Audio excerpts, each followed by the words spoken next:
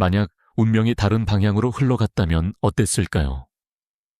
만약 동전이 다른 면으로 떨어졌거나 한 예술가가 자신의 운명을 결정지을 비행기를 놓쳤다면 어땠을까요?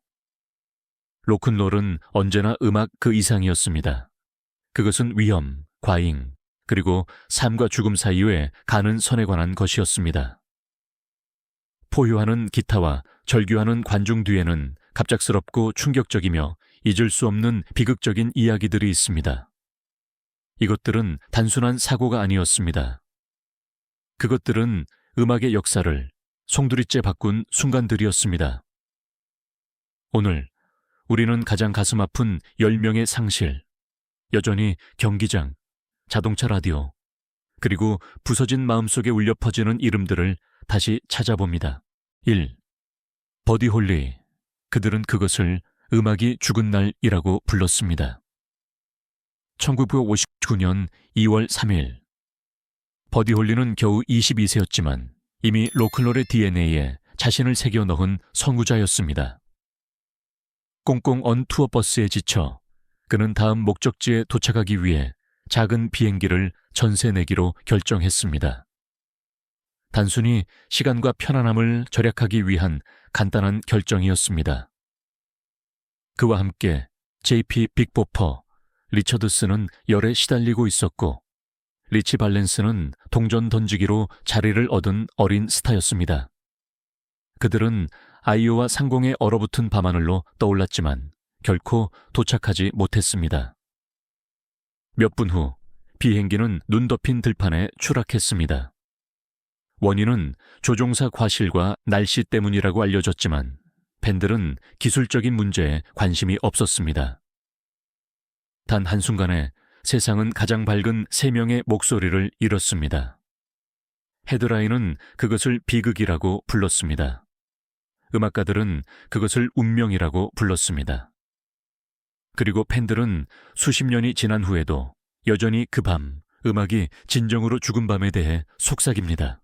2. 투팍 샤커 투팍은 단순한 래퍼가 아니었습니다. 그는 자신의 종말을 예언하는 듯한 예언자였습니다.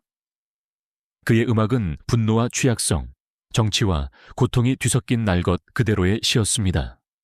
그는 죽음에 대해 자주 랩을 했고 마치 그것이 코앞에 닥쳐오는 것을 볼 수 있는 것처럼 말입니다. 1996년 9월 7일 라스베이거스. 마이크 타이슨의 경기를 보고 나선 투팍은 데스로. CEO 슈그 나이트가 운전하는 검은색 BMW 조수석에 앉아 있었습니다. 그날 저녁 일찍 그는 카지노 로비에서 난투극을 벌이는 모습이 보안 카메라에 포착되었고 이미 공기 중에는 긴장감이 팽배했습니다. 오후 11시 15분 빨간불에 정차해 있을 때 흰색 캐딜락이 옆에 섰습니다. 총격이 발생했습니다. 투팍은 가슴에 2발, 팔에 1발, 허벅지에 1발, 총 4발의 총알을 맞았습니다. 그는 생사의 갈림길에서 병원으로 급히 이송되었습니다. 엿새 동안 고통스러운 기다림이 이어졌습니다. 9월 13일, 그는 겨우 25세의 나이로 세상을 떠났습니다. 그의 죽음은 수백만 명을 충격에 빠뜨렸습니다. 팬들은 거리에서 애도했고 예술가들은 가사에 슬픔을 쏟아부었으며 언론은 동부대, 서부, 복수, 배신에 대한 이론들을 쏟아냈습니다. 하지만 진실은 침묵 속에 갇혀 있었습니다. 투팍은 그의 노래에서 죽음이 자신을 쫓고 있다고 고백하며 우리에게 경고했습니다.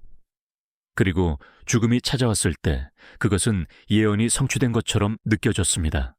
그의 목소리는 침묵했지만 그의 말은 결코 울림을 멈추지 않았습니다. 3. 마빈 게이.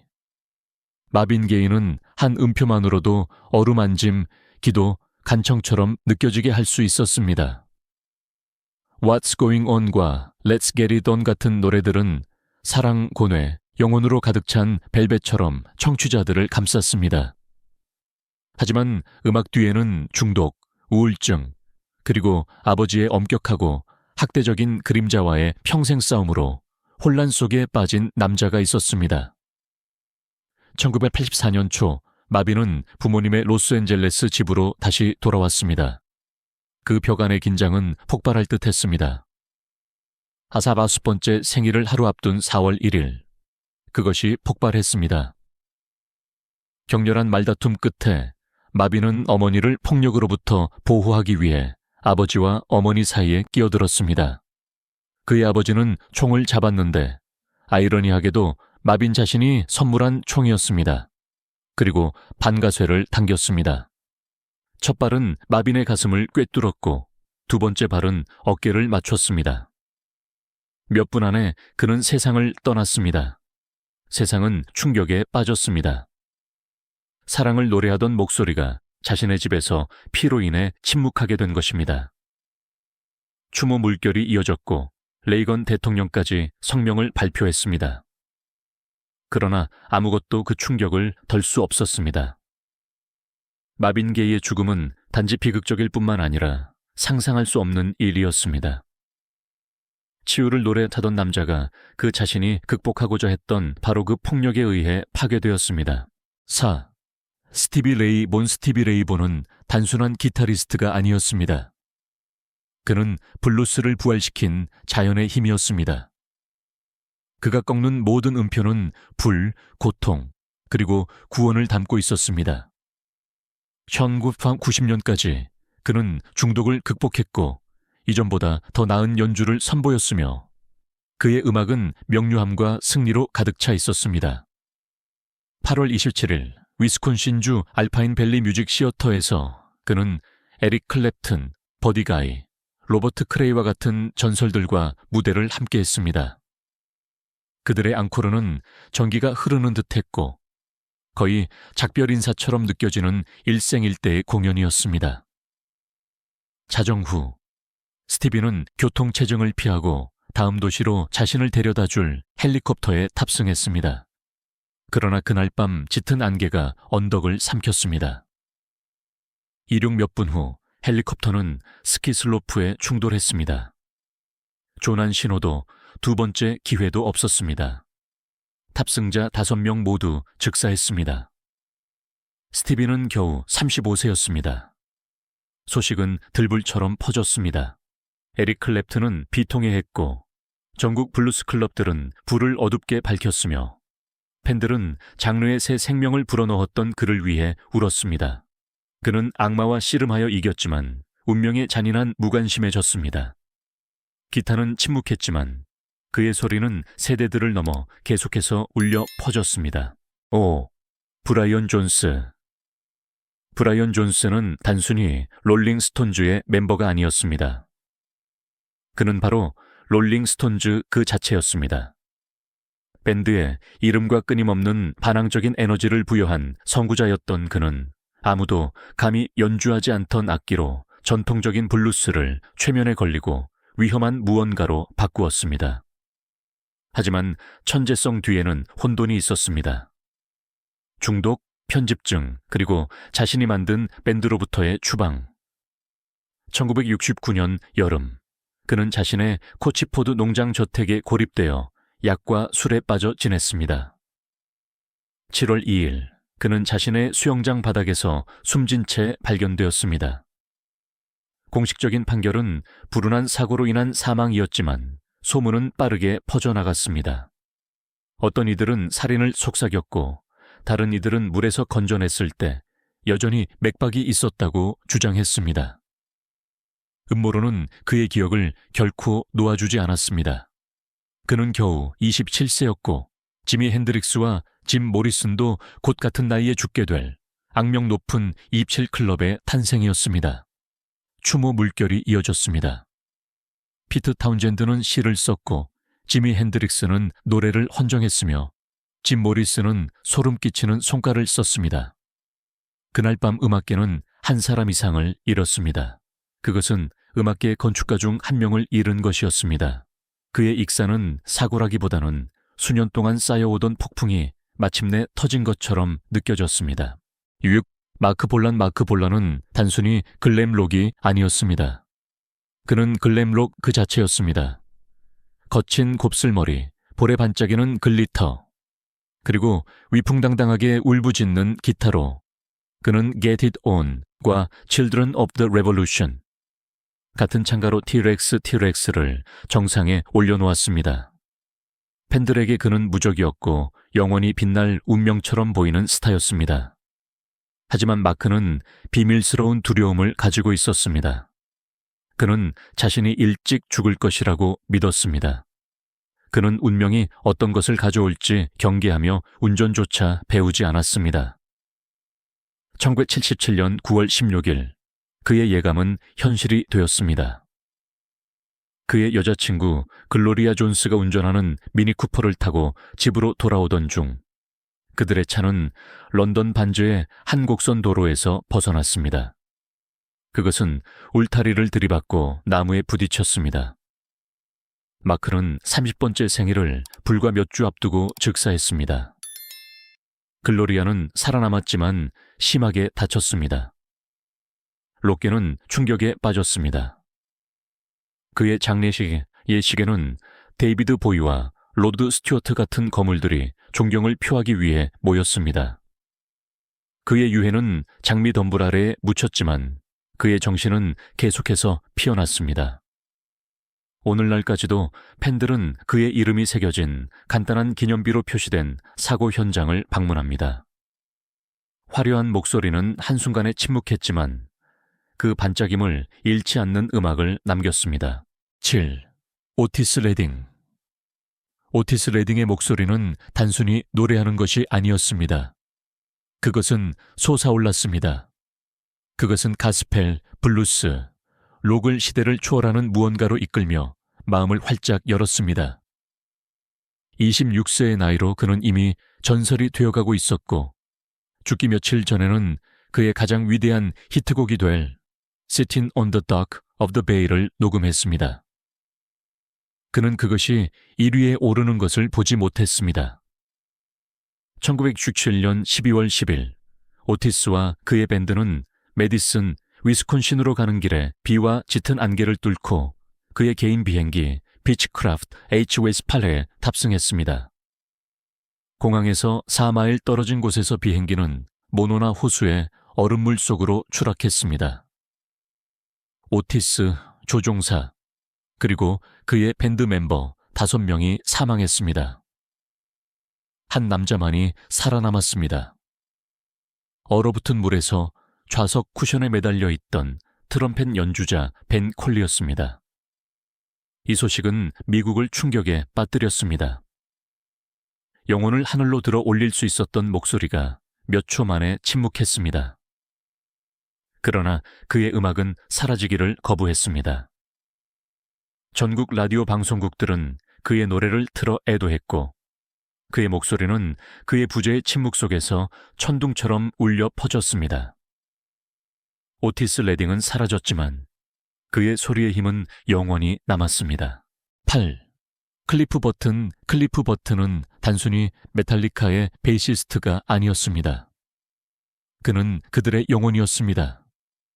거친 머리카락, 나팔바지, 그리고 천둥처럼 울부짖는 리켄베커 베이스로 그는 밴드의 사운드를 형성한 고전적인 깊이와 날 것 그대로의 힘을 가져왔습니다. 무대 밖에서는 조용하고 사려 깊었지만 무대 위에서는 폭풍이었습니다. 1986년 9월 27일 메탈리카는 다마치 인치니 투어로 스웨덴을 순회하고 있었습니다. 전날 밤 클리프와 기타리스트 커크, 해미슨 투어 버스에서 침대 칸을 정하기 위해 카드를 뽑았습니다. 클리프는 스페이드 에이스를 뽑아 더 좋은 자리를 차지했습니다.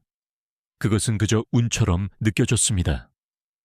몇 시간 후 그 선택이 그의 운명을 결정했습니다. 새벽녘 버스는 얼어붙은 E4 고속도로에서 미끄러져 전복되었습니다. 클리프는 창문 밖으로 튕겨나가 차량 아래에 깔렸습니다. 그는 겨우 24세였습니다. 운전사는 블랙아이스를 탓했지만 제임스 해필드는 믿을 수 없다는 듯 도로를 살펴보았지만 흔적을 찾을 수 없었습니다. 팬들과 밴드 멤버들은 충격에 빠졌습니다. 클리프의 죽음은 메탈리카를 갈라놓았고 결코 아물지 않는 상처를 안고 재건하도록 만들었습니다. 그는 마치 홀린 듯 연주했고 메탈의 감성과 지성을 불어넣었습니다. 결국 하우스는 항상 이긴다는 말이 떠올랐습니다. 클리프는 에이스를 뽑았지만 운명이 최종 카드를 쥐고 있었던 것입니다. 9. 랜디 로즈. 랜디 로즈는 번개처럼 비명을 지르는 기타를 가진 천재였습니다. 고전적으로 훈련받았지만 플라잉 V를 손에 쥐면 거칠게 변한 그는 오지 오스본과 함께 헤비메탈을 변화시켰고 맹렬하면서도 정교한 솔로를 선보였습니다. 겨우 25세의 나이로 그는 이미 전설이었습니다. 그러나 1982년 3월 19일 플로리다에서 비극이 닥쳤습니다.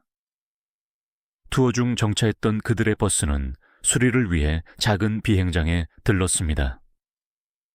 우연히 조종사였던 운전사는 작은 비행기를 타고 즐거운 비행을 하기로 결정했습니다. 두 번째 비행에서 그는 랜디와 밴드의 메이크업 아티스트를 함께 가자고 초대했습니다. 비행기를 싫어했던 랜디는 마지못해 동의했고 공중 사진을 찍기 위해 카메라를 가져갔습니다. 무해한 재미가 될 줄 알았던 것이 공포로 변했습니다. 아래 투어버스를 향해 급강하하려던 비행기의 날개가 지붕을 스쳐 비행기는 나무와 차고로 추락했습니다. 충돌과 동시에 폭발하여 3명 모두 즉사했습니다. 메탈계는 슬픔에 잠겼습니다. 오지는 울었고 팬들은 혼란스러워했으며 찬란한 불꽃은 너무 일찍 꺼졌습니다. 랜디 로즈는 자신의 음악이 얼마나 멀리 나아갈지 결코 보지 못했지만 크레이지 트레인이 스피커를 찢을 때마다 그의 정신은 다시 솟아오릅니다. 10. 로니 반 잔트. 로니 반 잔트는 리너드 스키너드의 목소리이자 예언자였습니다. 위풍당당함과 끈기로 그는 스위트 홈 알라바마와 프리 버드 같은 창가로 밴드를 이끌었고 이 노래들은 서던 록의 전투가가 되었습니다. 그러나 그의 반항적인 허세 뒤에는 잊혀지지 않는 확신이 있었습니다. 로니는 종종 친구들에게 자신이 30세를 넘기지 못할 것이라고 말했습니다. 1977년 10월 20일 앨범 스트리트 서바이버스를 발매한 지 불과 사흘 만에 밴드는 배턴 루즈행 컨베어 CB 240에 탑승했습니다. 비행기는 이미 엔진 문제, 긴장한 승무원 등 불안한 징후를 보였지만 그들은 어쨌든 날았습니다. 비행 중 재앙이 닥쳤습니다. 비행기는 연료가 고갈되어 미시시피 숲으로 추락했습니다. 로니는 29세의 나이로 충돌과 동시에 사망했습니다. 밴드 멤버 스티브 게인스와 그의 여동생 캐시도 그와 함께 사망했고 다른 사람들은 심한 부상을 입고 살아남았습니다. 이 비극은 리너드 스키너드를 시간 속에 멈춰 세웠습니다. 밴드가 불길 속에 있는 모습을 소름 끼치게 묘사한 앨범 커버는 너무 예언적이어서 견딜 수 없어 진열대에서 치워졌습니다. 팬들은 아이러니를 받아들이지 못하고 울었습니다. 로니는 자신의 운명을 소리내어 말했고 운명은 그대로 이루어졌습니다. 그의 목소리는 침묵했지만 내일 이곳을 떠난다면 나를 여전히 기억해 줄까? 라는 말은 불멸이 되어 프리버드의 코드 속에서 영원히 울려 퍼졌습니다. 이 10가지 이야기는 로큰롤이 단순히 음악에 관한 것이 아니라 그 뒤에 있는 연약한 삶에 관한 것임을 상기시켜 줍니다. 이 예술가들 각자는 불꽃, 탁월함, 그리고 악마를 품고 있었고 그들의 마지막은 너무 일찍, 너무 폭력적으로, 너무 잔인하게 찾아왔습니다. 버디 홀리, 투팍 샤커, 마빈 게이, 스티비 레이본, 브라이언 존스, 마크 볼란, 오티스 레딩, 클리프 버튼, 랜디 로즈, 로니 반 잔트. 역사뿐만 아니라 수백만 명의 마음속에 새겨진 이름들입니다. 그들은 영광과 비극, 박수와 침묵 사이에 칼날 같은 경계를 상기시켜 줍니다.